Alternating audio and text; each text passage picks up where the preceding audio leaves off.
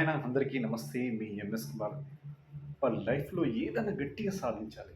అంటే నేను ఒక మంచి పొజిషన్ ఉండాలి. ప్రతి ఒక్కరు కూడా మన మైండ్‌లో అదే ఆలోచన వస్తది.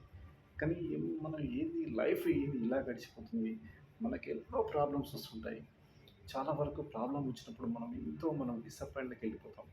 కానీ ఎన్ని ప్రాబ్లమ్స్ వచ్చినా కూడా కానీ మన లోపల ఉన్న కొన్ని అలవాట్స్ ఏందంటే కొన్ని హ్యాబిట్స్ మనం చేంజ్ చేసుకుంటే అంటే నువ్వు ఏ జాబ్ గానీ, ఏ బిజినెస్ గానీ, ఏది చేస్తున్నా గానీ, మనకొచ్చే ఇన్‌కమ్ తక్కువ.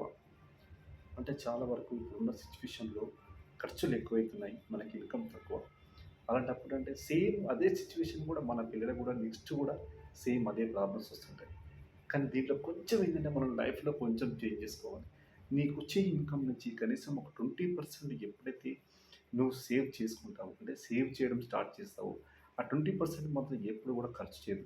ఇన్ కేస్ ఎట్టి పరిస్థితుల్లో ఎమర్జెన్సీ వస్తే మాత్రం మనం దాన్ని యూజ్ చేసుకోవాలి. కానీ అట్లా యూజ్ చేస్తేనే మాత్రం ఎవ్వరి మీద మనం ఆధారపడకుండా బతకచ్చు. సేమ్ ఇదే అలవాటు నువ్వు ఎలా చేస్తావో, మన పిల్లలకు కూడా సేమ్ అదే నేర్పాలి.